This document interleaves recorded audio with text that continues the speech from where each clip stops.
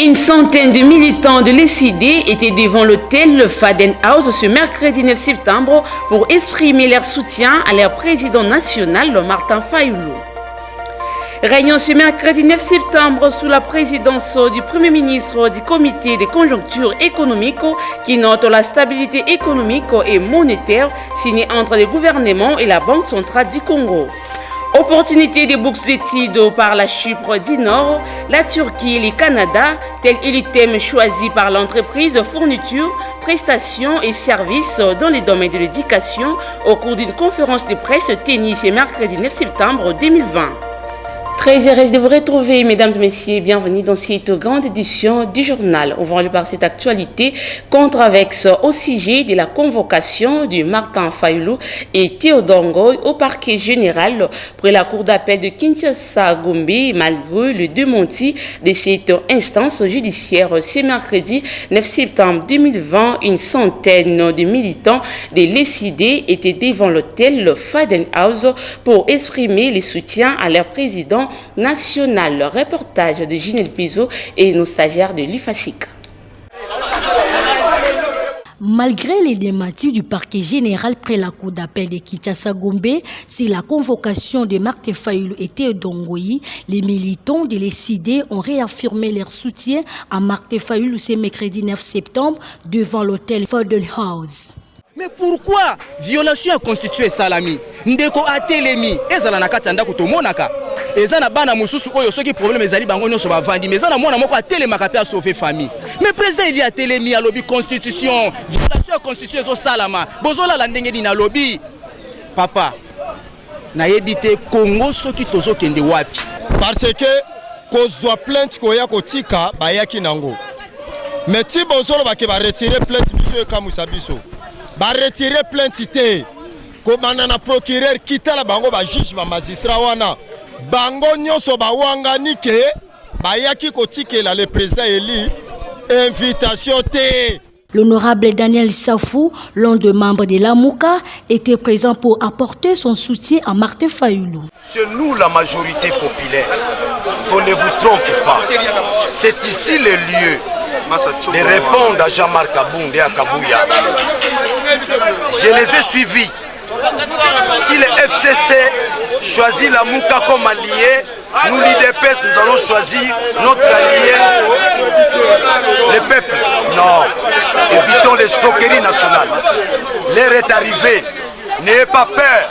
Sortez de la peur. Le combat de Tien Tshisekedi s'articule aussi, n'est-ce pas, autour du rejet et du refus de la peur. Bobangate. Les militants de l'ECD, ne voulant pas de sa présence sur le lieu, ont rapidement manifesté leur mécontentement contre sa personne.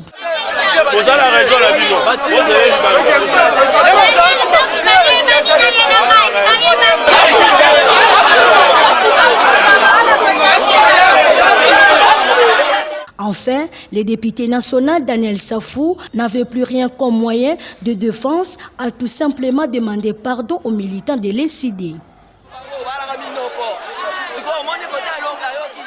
Ouverture ce mercredi 9 septembre 2020 à Pullman Hotel de Kinshasa, les journées matinales de réflexion sur les réformes électorales. Ces assises de 4 jours permettront aux participants de réfléchir sur l'amélioration du système électoral en République démocratique du Congo. Prenant la parole au nom des confessions religieuses, l'abbé Donatien Chouli donne quelques recommandations et profite de l'occasion pour réagir par rapport aux propos de Ngoy Kassanji concernant l'élection présidentielle au suffrage indirect. L'abbé Donatien Chouli est ici au micro de Ginel Piso.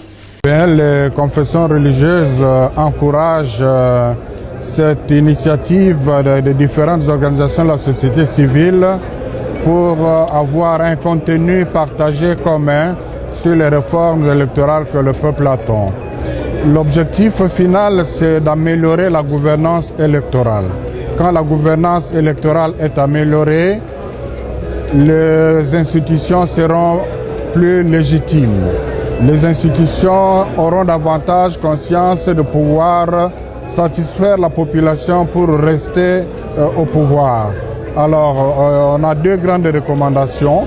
La première, c'est d'identifier les bonnes dispositions légales dans la loi actuelle et les renforcer.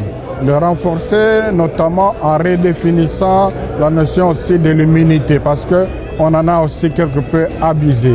Il faudrait, à notre avis, qu'on rende certaines dispositions fondamentales imprescriptibles. Ça signifie quoi? Si aujourd'hui il y a une disposition légale fondamentale qui est volontairement violée, il faudra que les personnes soient sanctionnées. Si, pour des raisons politiques, ces personnes sont protégées par le pouvoir en place, il faudra que même 10 ans après, on puisse revenir en charge contre ceux-là. J'ai entendu le propos de notre compatriote honorable Ngoïka Sanji. J'ai l'impression que c'est une blague de mauvais goût. Pour plusieurs raisons. Vous savez, déjà pour ce qui concerne la SENCO, tout comme beaucoup de Congolais, avaient déjà déploré et condamné le passage de 2 tours à un seul tour. Parce qu'avec un seul tour, un président peut être élu avec 15% de voix majoritairement dans un coin de pays. Et il y aura un problème de légitimité par rapport au niveau national. Tandis que le deuxième tour réconcilie les Congolais. Le deuxième appelle à des alliances entre Nord, Sud, Est, Ouest. Mais ce qui est proposé par Ngoïka Sanji, j'ai l'impression que ça viole même un des articles verrouillés, l'article 220. À la primature réunion ce mercredi 9 septembre 2020 sous la présidence du Premier ministre du Comité de conjoncture économique pour le gouvernement, le mois d'août s'est bien terminé grâce au pacte de stabilité économique et monétaire signé entre le gouvernement et la Banque centrale du Congo. Suivez le ministre du Budget, Jabo de Mayo. Au cours de cette réunion, nous avons examiné 3 notes. La note de conjoncture présentée par Madame la vice-première ministre et ministre du Plan. La note d'information sur le secteur minier présentée par Monsieur le ministre des Mines. Et une note présentée par un de nos partenaires sociaux, en l'occurrence l'ANEP. Alors, examinant la note de conjoncture, le comité de conjoncture a constaté que nous avons bien terminé le mois d'août grâce notamment au pacte de stabilité qui a été signé ici entre le gouvernement et la Banque centrale en présence du Premier ministre et chef du gouvernement. Je crois qu'on a eu raison de procéder de la sorte. Et le Premier ministre nous a recommandé de rester collé à ce pacte que nous devons absolument respecter. Parce que les tendances telles que présentées par Madame la vice-première ministre du Plan et complétées par le gouverneur de la Banque centrale sont encourageantes. Donc nous devons maintenir la barre. Il y a la décélération du rythme de formation des prix. Il y a plus ou moins une stabilité relative du taux d'inflation sur le marché de change, tant sur l'officiel que le parallèle. Et c'est encourageant. Ces efforts ne peuvent être soutenus sans l'accompagnement du peuple. Et nous ne manquons pas et nous ne ratons pas une seule occasion pour inviter le peuple à accompagner le gouvernement dans cet effort parce que cela va de l'intérêt de tout le monde. Et puis, le premier président de la Cour de cassation a exposé ce mercredi 9 septembre 2020 au Premier ministre Sylvestre Ilunkamba les problèmes d'ordre financier pour le bon fonctionnement des cours de cassation et les préparatifs de la rentrée judiciaire fixée au 15 octobre prochain. Le Premier ministre chef de gouvernement pour des problèmes d'ordre financier. Nous sommes en difficulté du côté de fonctionnement Et nous lui avons présenté quelques DTO qui sont en souffrance au niveau des finances. Et nous avons parlé également de nos besoins pour la rentrée judiciaire qui est fixée au 15 octobre, dans un mois. Et nous avons trouvé une oreille attentive auprès du chef du gouvernement et nous devons lui apporter juste quelques précisions d'ici à demain pour qu'il soit satisfait à notre requête. D'un sujet à un autre, les problèmes qui bloquent le bon fonctionnement du secteur minier en République démocratique du Congo étaient au menu des échanges entre le chef de l'État congolais et les opérateurs miniers le mardi 8 septembre 2020. Reportage de la presse présidentielle. Le président de la République, Félix-Antoine Tshisekedi Tshilombo, a reçu ce mardi 8 septembre 2020 dans son cabinet de travail à la Cité de l'Union africaine les représentants des entreprises minières exploitant en République démocratique du Congo, le ministre des Mines ainsi que le Premier ministre Sylvestre Ilunga Ilunkamba. Au menu, certaines questions qui fâchent les miniers, ainsi que la problématique de la taxe sur la valeur ajoutée. Situation qui semble déjà être résolue, confie ici le ministre des Mines, le professeur Willy Kitobo. Il était question d'échanger avec les miniers sur des questions qui semblent être comme des questions qui fâchent un peu les miniers ces derniers temps. Il y a la première question, c'est la question de la TVA. Qui devait être, enfin on a discuté si ça devait être perçu tel que ça se perçoit actuellement avec des remboursements qui doivent se faire après ou bien il faut trouver un autre mécanisme. Il y a la question de la TVA qui était déjà collectée des années antérieures et voir dans quel sens on peut voir des mécanismes de remboursement. Ça se passait par des compensations dans le temps. Bon, le problème des compensations normalement tel que ça se passait, il y avait un peu quelques irrégularités. On a dû instruire les régies financières de ne plus le compenser. Et donc tout ça, ça a dérangé un peu les miniers qui ont voulu que les autorités les rassurent un peu sur la façon dont on va gérer tous ces dossiers-là. Quant aux représentants des entreprises minières du Congo, ils se disent satisfaits d'avoir obtenu du chef de l'État une oreille attentive à leurs desiderata. Nos revendications ont certainement eu une oreille très attentive auprès du chef de l'État. Et nous pensons que nous avons suffisamment évolué. Nous saluons son ouverture et sa disponibilité pour prendre le temps d'écouter quelles difficultés nous avons. Comme vous le savez, l'industrie minière, c'est une industrie sur laquelle se fonde énormément l'économie de notre pays. Et donc nous avons pu avoir l'occasion de porter nos revendications, nos difficultés, nos préoccupations. Et je crois que des solutions sont en voie d'être trouvées. À en croire le ministre des Mines, les travaux en commission pour sauver le secteur minier ont largement avancé et n'attendent que l'approbation du Conseil des ministres. Je l'ai annoncé au titre, l'entreprise fourniture, prestations et services dans les domaines de l'éducation, FPS EDIC a tenu une conférence de presse ce mercredi 9 septembre 2020 sous le thème choisi opportunité des bourses d'études pour la Chypre du Nord, la Turquie et le Canada. Cadre choisi la grande salle de Maïcha Park dans la commune de Lagombe. Doudou Kalonji et Guilhem Ayamba étaient présents dans cette cérémonie. Opportunité des bourses d'études pour la Chypre du Nord, la Turquie et le Canada, tel est le thème choisi par l'entreprise fourniture, prestations et services dans le domaine de l'éducation ce mercredi 9 septembre 2020. Présidé par son directeur général Lotis Kibali Fredi, FPS Educ est une entreprise qui représente plusieurs universités en Europe et sert de lien entre ces universités et les étudiants africains. S'agissant de sa particularité, FPS Educ donne une possibilité aux étudiants d'obtenir des bourses d'études allant de 50% à 100% pour les destinations de la Chypre du Nord et de la Turquie. La détermination, la transparence, la fiabilité, l'expertise et la satisfaction sont là les qualités des FPS Educ. L'objectif de cette conférence, c'est d'abord de sensibiliser la jeunesse congolaise, de se prendre l'histoire et de partir étudier comprendre la nouvelle technologie, les opportunités ainsi que les revenus pour développer notre pays.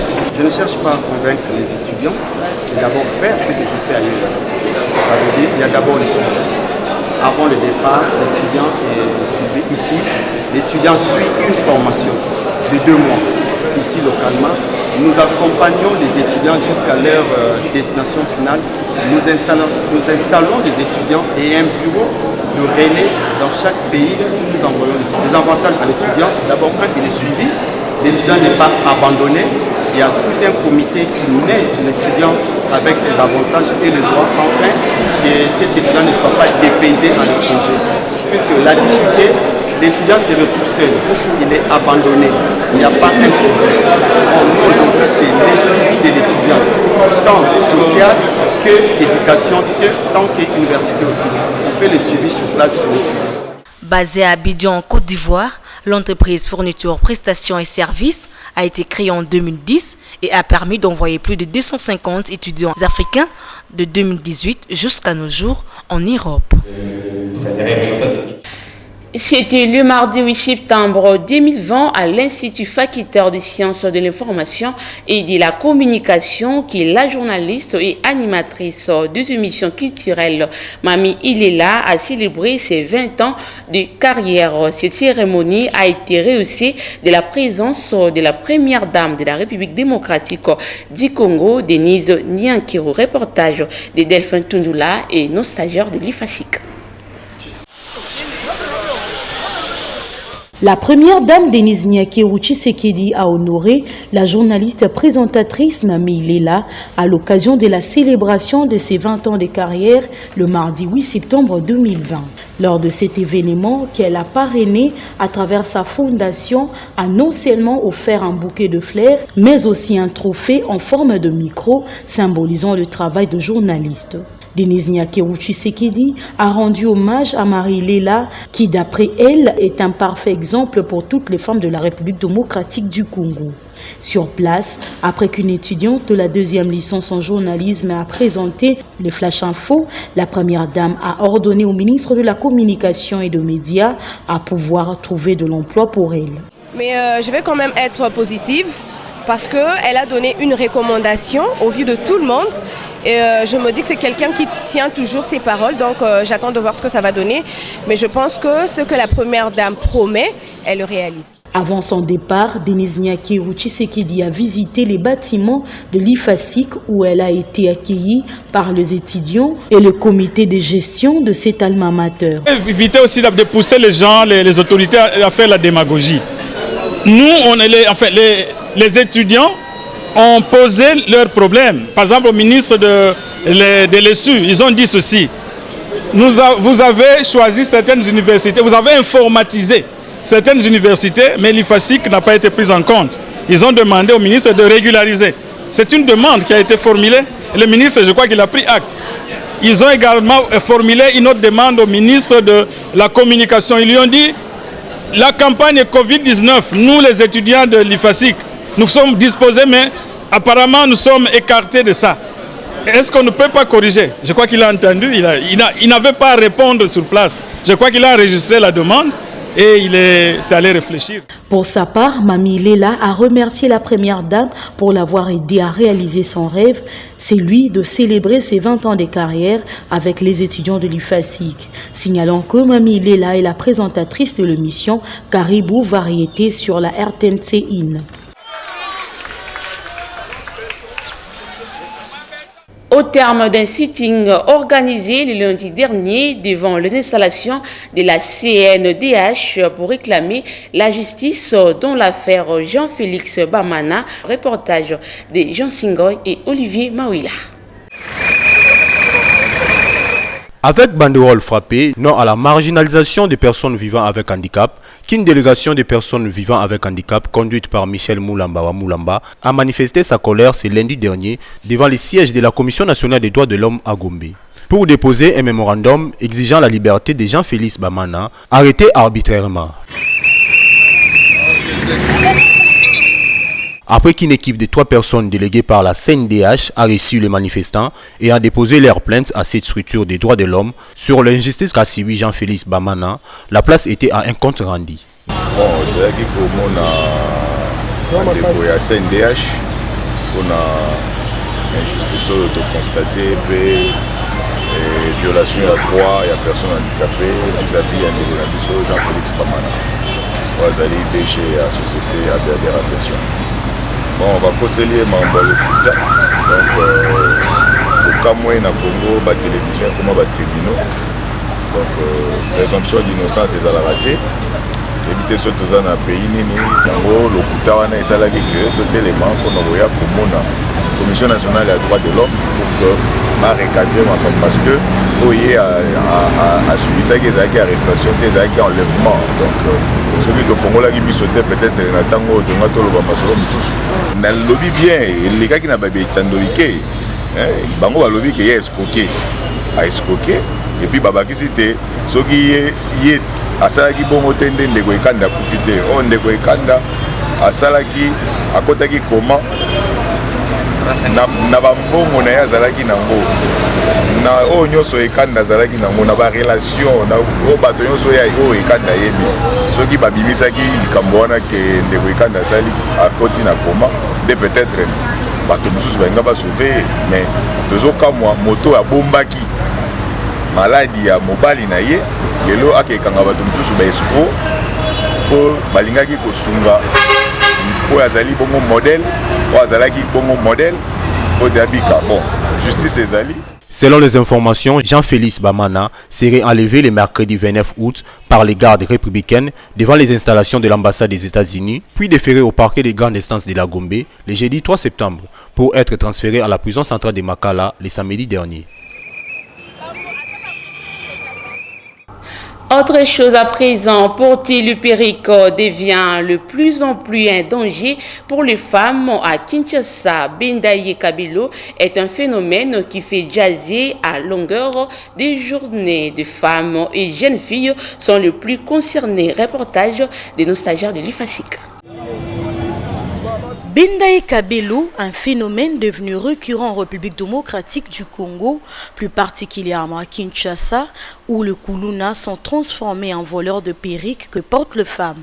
Ils sont presque partout à Kinshasa, dans le milieu tel que Rond-Point Victoire, Ngaba, Upen et même au centre-ville supposé héberger les grandes institutions de la République. Plus de sécurité sur la tête de ces femmes devenues vulnérables à cause de ces phénomènes. Il suffit d'être à bord d'un véhicule en commun ou personnel ou sur une moto, tout comme à pied, dans la journée ou la nuit, pour être victime de ces phénomènes.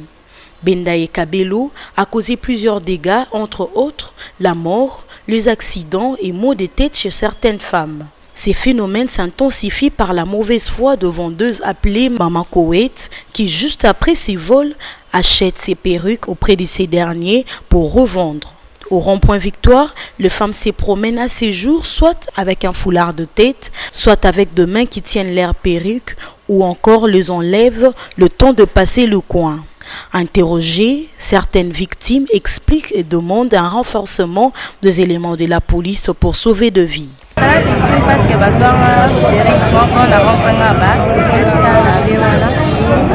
Bon, et c'est là vraiment mal parce que donc bah botolinga perruque donc toute mémoire n'a pas comment et ça n'a bien que ça n'a pas même deux donc ça me là bas c'est la mopé bah ben des perruques donc ben là non ben na usukana akakuyi batia on a mon rani na mona na mona la pas mon fonga mon fina za so na komi fika fona donc la perruque oh bon on va somber on va botter là on n'a pas de la plante c'est un bon ngai ça va te l'envoyer dans les limbo ataka ba soda moi na pourquoi surtout pourquoi moi vous de l'envoyer to ko iba mutoro mona ka surtout pourquoi ndeda kuska kama kwa ataka ba soda. Un autre témoin sur place affirme que ces voleurs de perruques sont des avenues parallèles du rond-point Victoire et explique le déroulement de cette pratique.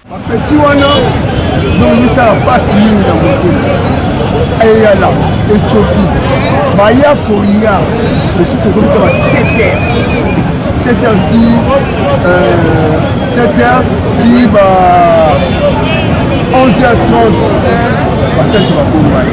Soki ekomba 13h, 14h, 15h. Ekombi baboti ya bana basi. Ezoza ekole moko ebimi sikoyo. Tozali na kululu. La seule question qui se pose jusqu'à ces jours est celle de savoir comment remédier à ces dangers permanents dont sont victimes les femmes de Kinshasa.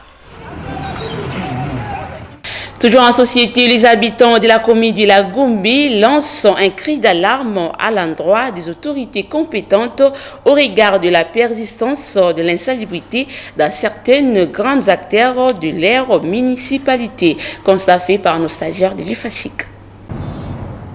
La problématique de l'insalubrité dans la ville-province de Kinshasa prend des allures de plus en plus inquiétantes. De nos jours, on ne peut pas circuler un lieu public sans pour autant rencontrer ces phénomènes pendant qu'il y a eu un programme d'action intitulé Kinshasa Bopeto, initié par l'actuel gouverneur Jean-Tiningo Bilambaka. Les cas est observé ici dans la commune la plus lucieuse de Kinshasa, qui n'est rien d'autre que la Gombe, où on y trouve des poubelles déposées dans quelques grandes artères en vue sûre de tout le monde. Fatigué de constater la persistance de ces phénomènes, non seulement à Kinshasa, mais aussi dans leur municipalité, quelques habitants se sont exprimés en ces termes. Je crois que c'est une commune où on trouve plusieurs institutions de ce pays. Mais la commune de la Gombe n'est pas aussi petite, hein. C'est une vaste commune, il y a au moins 12 quartiers à son sein. Mais vous allez voir que depuis que l'affaire Kinbopeto est lancée par le gouverneur de la ville de Kinshasa, Jean-Tiningo Bilambaka, il y a certains coins seulement qui sont nettoyés. Mais quand vous passez dans la Gombe, ce n'est pas seulement le boulevard Lumumba, soit d'autres avenues. La Gombe, c'est aussi ici, là où je suis, à l'entrée de l'avenue de la Science. C'est aussi une avenue faisant partie de la Gombe. Mais vous verrez qu'il y a certains coins qui sont privilégiés que d'autres.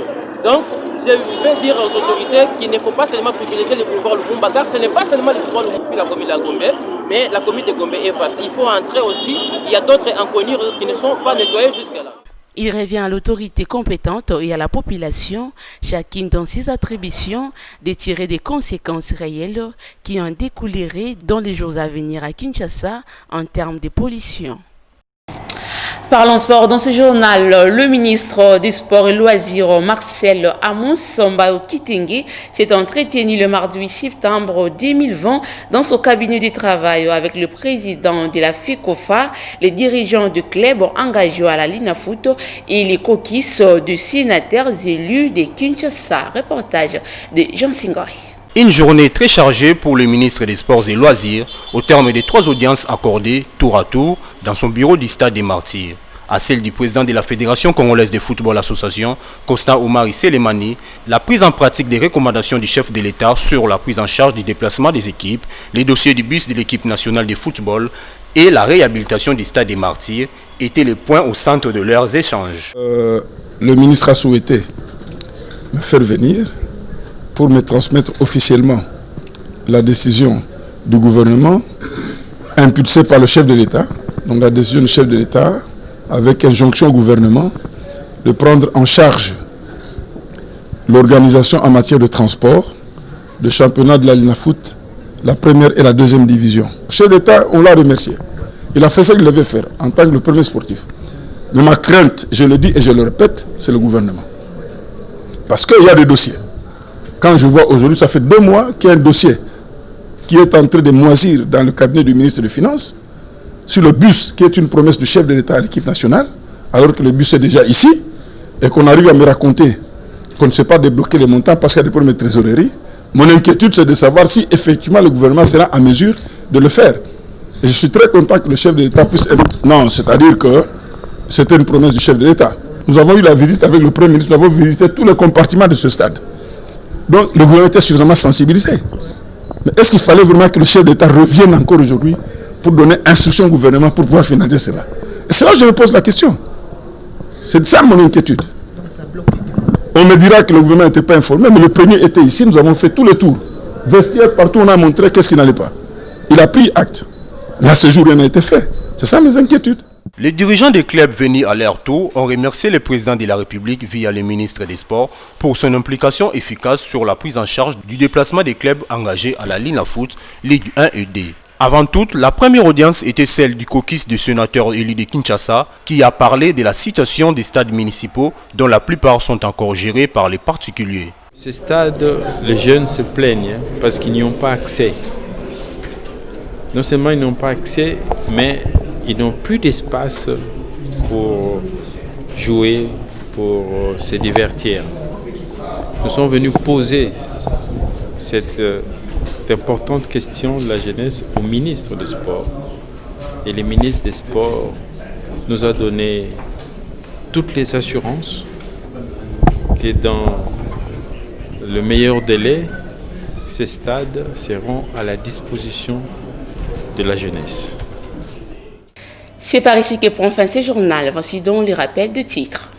Une centaine de militants de l'ECD étaient devant l'hôtel Faden House ce mercredi 9 septembre pour exprimer leur soutien à leur président national, Martin Fayulu. Réunion ce mercredi 9 septembre sous la présidence du Premier ministre du Comité de conjoncture économique qui note la stabilité économique et monétaire signée entre le gouvernement et la Banque centrale du Congo.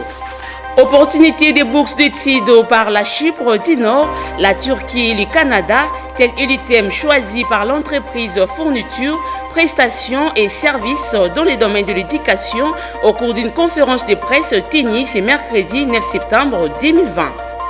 Ce journal est complètement fini. Merci à l'équipe rédactionnelle, à Naomi Katako pour la chefferie de l'édition, Guilhem Ayamba, bienvenue Zatouna et Freddy Ikotama pour la supervision technique. Merci à vous de nous avoir suivis et bonne suite de programme sur la chaîne éducative. Au revoir. Vous pouvez suivre cette émission en rediffusion quand vous voulez, où vous voulez, sur www.dab.video. Dab.video, le divertissement congolais.